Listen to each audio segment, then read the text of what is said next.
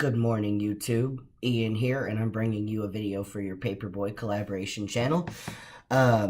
This week's topic is story time. So we get to pick whatever random story that we want and tell it to you. So we're going to do that.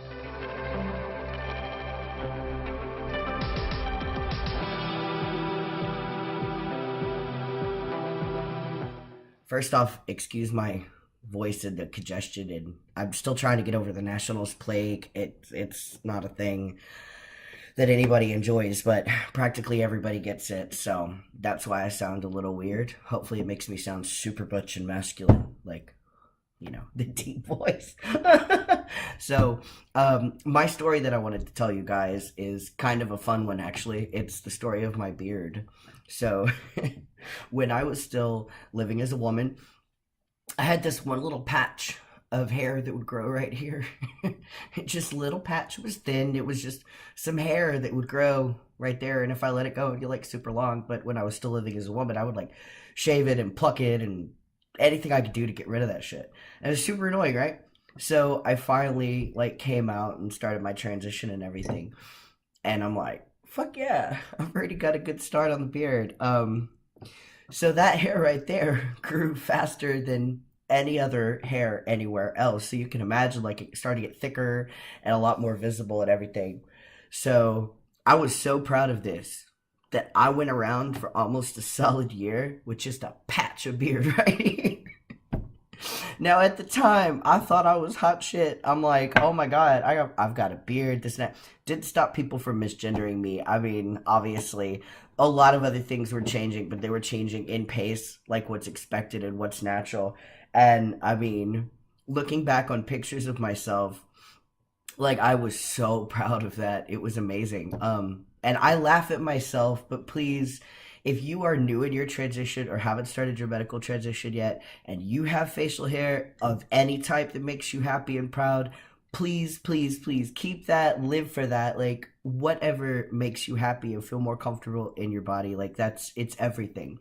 I look back and laugh now because I was, of course, nervous. Like, am I ever actually going to grow a beard? Like, is that a thing that's going to happen for me? And things did start to come in gradually and fill in and all that. I'm actually pretty grateful that I get hair up on my cheeks and not just that jaw strap. Which is a problem for a lot of trans guys. Well, it's a problem for a lot of guys in general. Shit, one of my drag sons, Braxton, he can't grow a beard to save his life. He gets a little goatee. Super cute. Like 3 hairs over here, like 5 over here.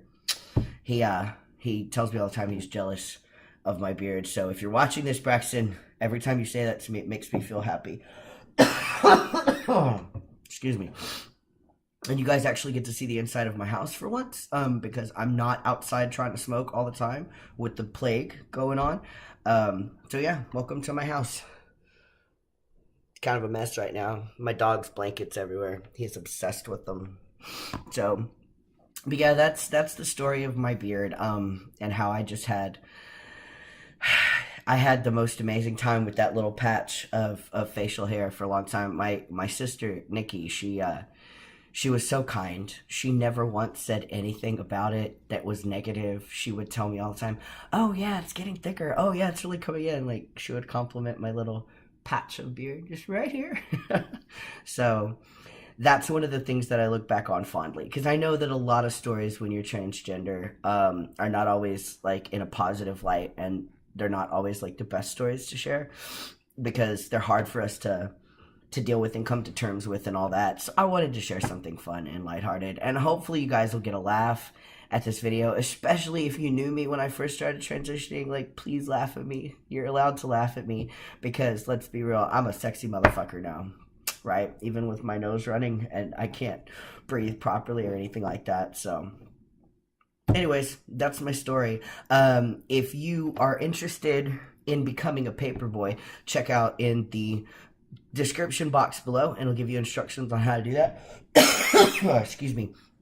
And make sure that you watch the next video that you're going to find pop up in the little box here, and subscribe so you can keep up with what's going on our channel.